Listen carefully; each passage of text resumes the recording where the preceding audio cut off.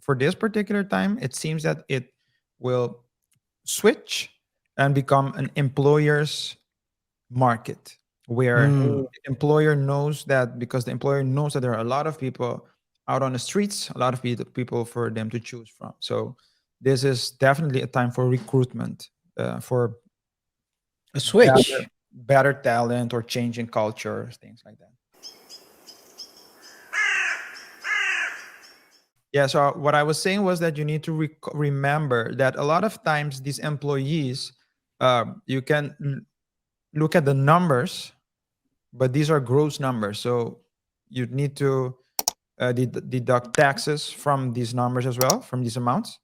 And you need to take into account that these people have obligations. Sometimes they have mortgages. Sometimes they have, other costs. And that money can be spent real quick.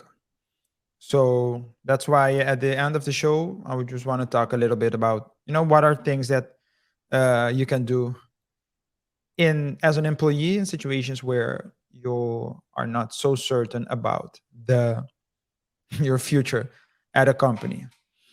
But yeah, so that's basically the act that majority of these companies we're talking about today would need to adhere to. uh, Common disputes are because, of course, sometimes KR, Tell me. sometimes people, the employers don't want to pay or pay as much, especially not for someone who didn't perform well or whatever. And so you need to be careful as an employer in situations like this, that confirmation bias doesn't take over. Because what you see is that sometimes the employers try to nickel and dime their employees, which can result in wrongful termination disputes.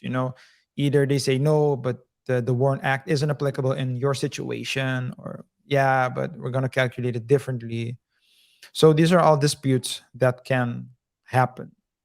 If you're lucky, and I say lucky, as an employee who's being let go, that you're lucky if your employer just makes it quick and easy, clean, quick and clean, because it's probably is not going to be easy unless you haven't worked.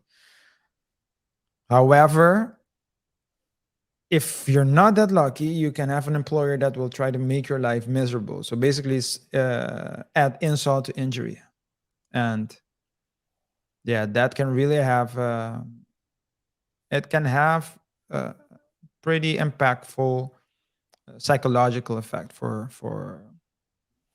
a person. So yeah, that's what I wanted to talk about. Just a little bit about the The law aspect legal, of that. yeah, the legal aspect. Well, legal aspect, yeah.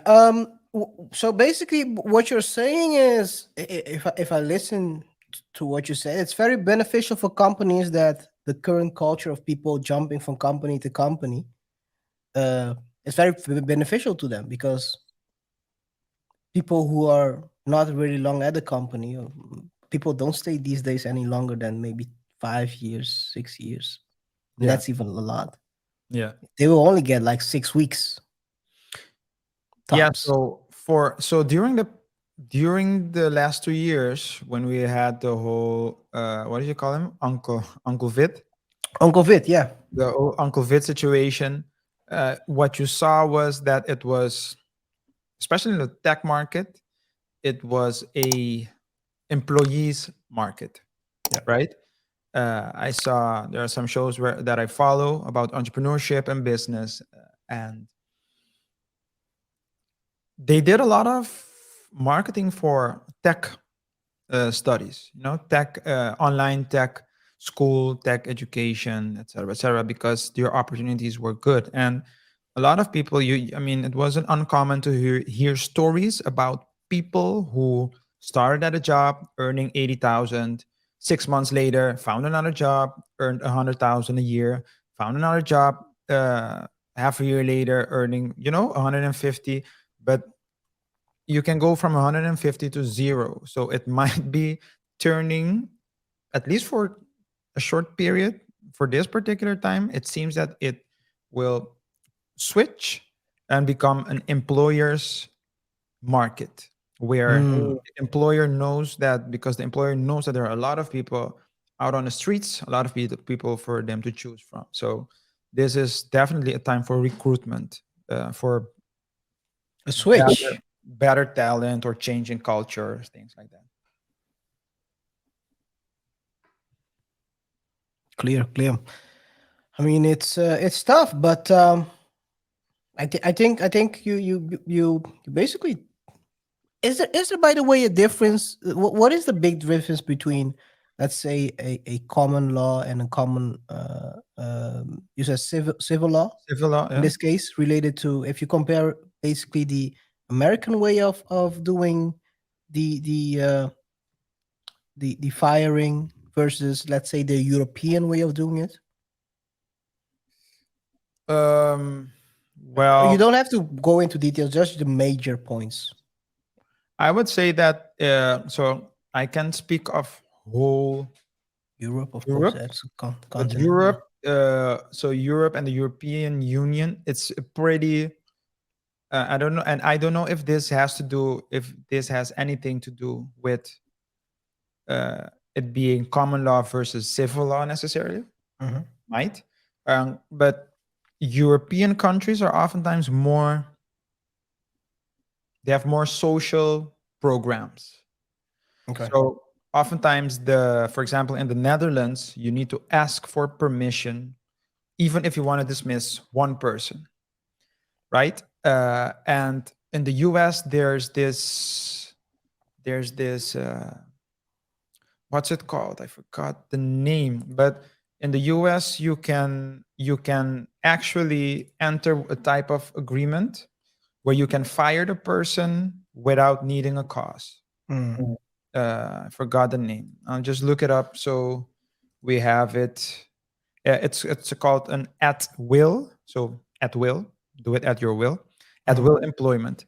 So basically, that's a type of contract where the employer and the employee agree that either party can terminate the agreement without needing a reason to do so.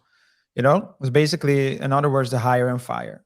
So I don't know how it is, for example, because England is also common law. I don't know they have if their hire and fire system uh, is more similar to the US than to the European continent. So I can't. So, but I can talk about the US. The US, the hire and fire culture is pretty heavy. So the protection you would get in Europe and the majority of the European countries, you wouldn't get, or the European countries that I am familiar with, you wouldn't get that in the US. Clear, clear. Thank you for that.